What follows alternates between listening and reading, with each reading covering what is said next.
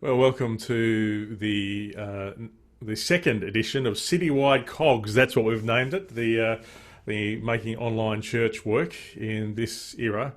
And today we've got Dan and Neil with me, and we thought we'd just walk through our process of producing our online service, which, as you'll find out, is actually about two things. It's the online service and the online community. Uh, I guess in the lead up, Neil, what's the process that happens before Sunday morning? So in some ways, we've adapted from what we were doing, planning our services as we used to for a Sunday morning. Uh, we've had to push everything out a bit earlier because it seems to be that we need content a little bit earlier than we used to. Uh, but we start the process just with a planning meeting just to work out what should be in the service. Um, that's changed shape, hasn't it? Like Hmm. where stuff that worked when everyone was in person on a Sunday morning doesn't work so well now. And we're discovering that there are new aspects and things that we can tease out. So we're learning that. And I would say we're probably maybe a fraction of the way on that journey to Yep. discovery of what might be the best approach and the best content and makeup of a Sunday morning. I think the learnings we've had so far is that shorter seems to be better. We're aware that people's attention spans probably is more limited because of the slight disconnect of working across this medium. Um, Recent weeks, we've tried splitting the message into a couple of segments of not much more than 10 minutes each, and the response to that's been really good. We've been looking at ways of getting our worship more engaging. So as of last week, we actually did worship where I guess you'd call it couch worship. The guys all recorded bits and pieces separately. We mixed it together, but it felt more like the experience of the rest of the church service because it was coming from the guys' lounge rooms as Hmm. opposed to some pre-recorded stuff that we'd had in the bank to use. So yeah, in terms of content, we're just adjusting as we go. So the major pre-recorded bits of a Sunday morning are the music, and as you said, we got uh, people recording from home, and then the sermons or the messages, and then we had a testimony this past Sunday, hoping to have more stories. Um, just we'll probably come back and talk more about it, but basically, how does the recording the music from home work? We're learning as we go, but what we do is send out a link to the guys, which is to a backing track. And so that way they're all working with the same, exact same copy of music. And they've just organized to play that to themselves, basically in some earbuds, so that we don't get to hear the backing track. But what we hear is their response to that, which is either they're singing or they're playing. They're recording that on video and often separately they're recording their audio so that they can get better quality audio, and then they send all that in. So we get all that, and then we're basically assembling it all. And if they've all worked to the same backing track, in theory, we can mesh it all up and align it so that it sounds like pretty cohesive. And I think the results, even in this early phase, have been quite good. I'm really hoping as part of this too, we'll end up our creative people with a bit more time on their hands might end up starting to write some songs, and we'll have more of our own stuff coming through as well. So there's that, and the other piece is we have recording the sermons. At this stage, we're trying to record them outside. We're using a little lapel mic just with our iPhones or whatever, and that's how we're recording the messages. That all comes together on a Sunday morning. So Dan, you and I connect often around 8:30 ish, I think. Um, Nine. Yeah. yeah, yep. And as part of that, in your house, the first part of our service actually kicks off at 9:30 with our kids program. How does that work? Yeah, that's right. So coming from our lounge room, it's funny actually. Where we're filming is where the girls like to pretend it's a bit of a stage. So we've set up there. Basically, I'm just filming from my phone. It's kind of changed over the journey. It started off that we were doing it live through Zoom. So that was more having to really coordinate with making sure people were muted, making sure we were spotlighting our video so that no one else popped up on the screen, and then yeah, doing the program. interacting with the kids, because that way Maria, my wife, could actually see all the faces of the kids, so could actually feel like she's singing to them, with them, doing the actions with them, repeating the memory verse. So it actually gives you that availability to see, how people are engaging with the stuff. But now we've actually been able to switch to doing it over vMix, which Neil handles on that end. But again, we've been able to put it straight into Zoom. So we still haven't lost that ability to see everyone as we're doing it, and it's basically only a second or two delay. So it really is live. And then that gets sent to our YouTube channel as well. So people are still able to actually engage on YouTube. We can't see them, but we know that they're enjoying the activities as well. Well, it's probably a good point to just differentiate between the vMix and the Zoom, and really between the service and the online community, and they're really two functions that are happening in parallel. Neil, what does Dan mean by vMix? So vMix is video production software. There are hardware versions of it available, in the sense that when we're in the auditorium at church, we run it off hardware because it's much faster to operate. But this is a software-based version of the same thing. You have lots of channels coming in. You can choose any video channel and put it up on display and mix it into the final product. So the way we're using it in this environment is that one of the functions vMix has is that it can have a remote guest. So on a Sunday morning, I've got a vMix studio running here, and Matt and Dan become remote guests so that they can do content live during the service. And then the pre-recorded bits and pieces that we've assembled during the week are all available to play in vMix. And then it just becomes a studio type environment where it's a matter of selecting the next input and playing it, or queuing the guest. We've got the ability to have other live content, like we can have lots of guests and the guests can talk with each other. We haven't quite explored that yet because we decided to sort of walk before we ran. But in coming weeks, we'll probably add in that sort of factor. We're trying to have as much live as possible because it seems to be a point of difference. I'm involved. I see a lot of church tech type information from around the world, and particularly from the US. And it looks like many churches are pre-recording what they do. So they're doing a wonderful job, but what they do on a Thursday, so that by the time you see it on a Sunday, it's lost that sort of absolute currency. It's lost that complete connection. We tried that in one of our early weeks, but once again, we felt a bit disconnected. So we've gone now to a stage where Matt and Dan can be live. Other stuff is pre-recorded for specific reasons. Matt mentioned the messages. The only real reason because he has done messages live, but we found that pre-recording meant that we could go out and about. And there just seems to be a nice feel to having the seashore lapping behind Matt when he's doing his message. So we're actually deliberately recording rather than because we have to. But yeah, vMix just mixes the whole lot together live. It sends up a feed to YouTube directly, and it also connects with Zoom so that we're sending the output of what we're doing directly onto Zoom, so that those in our community that are watching only on Zoom can participate in the service that way. And I guess part of what's driving it is I keep saying over and again, church, it can't just be something we watch. It has to be something we are together. And so Dan, while Neil facilitates the vMix and basically produces the vMix programming, you facilitate the Zoom community. What is the Zoom community and how does that work? Yeah, so on our church website, we put up there links to join our Zoom community, and we've been really intentional, actually, wanting to connect people with their closest church, in that with Wynyard and Longford joining us, we've created a Northwest and a North group, as well as our South.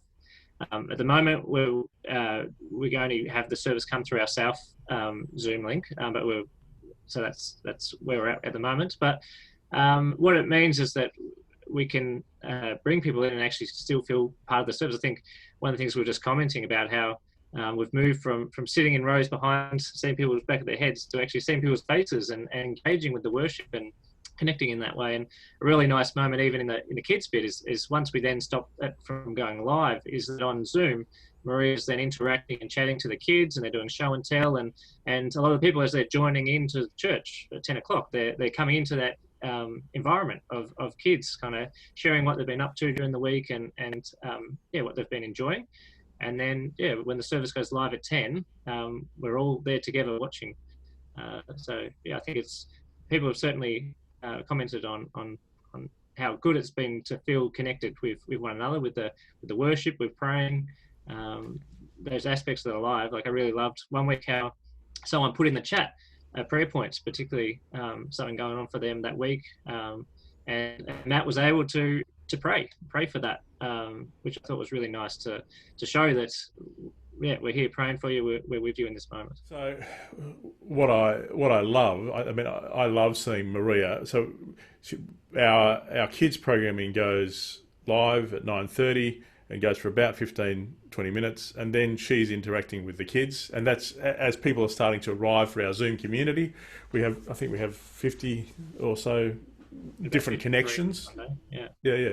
Coming in on the Zoom community, which represents probably 100 people or so coming in on the Zoom community, and then we have another 100 connections on YouTube. There is some overlap. Some people watch on YouTube and watch on Zoom, but we also have Zoom communities on the Northwest and the North as well. So Neil, when the church service itself starts, what's actually happening? In terms of the mechanics of it, it's a combination of either you're talking, in which case it's completely live. Then if you say throw to a worship song, we'll play that from something we've recorded during the week. While that's recording is playing, I have the ability to chat with Matt on a talkback channel so that we can just coordinate. I can let him know how long the song's got to go till it's finished. I'm often in my worship director capacity, I'm often then feeding into Matt just suggestions of maybe it would be good to talk about this, or how about that, and so that's often constructive. And then, if we've planned in the service to have Dan contribute, Dan can be connected as well. Matt and Dan can chat on the talkback channel ahead of time or as part of the service when it goes live. So it's just a matter of following our order of service, working through all the elements, and it seems to be working quite well. And so for us, this has resulted in our congregation tripling in size as we do this. As we're looking at through the course of a Sunday, we probably have a couple of hundred, or safely a couple of hundred people watching it live, and then by the end of a Sunday, 300 to 400 people will have connected with the service. We'll talk more in coming weeks about how do we continue to be a community in it all. But one of the things we've learned from this is, and we started this pretty early on, Dan, at the end of the service, for the people on, while the people on YouTube will say goodbye to, the service kind of changes gear for the people on Zoom. What happens? Yeah, so using the breakout room function, which I'm sure that's not really what it was supposed to be for, but it's been useful to be able to allocate people into groups and continue chatting, and I guess move from watching the service on that platform to actually engaging with the people that have watched with you.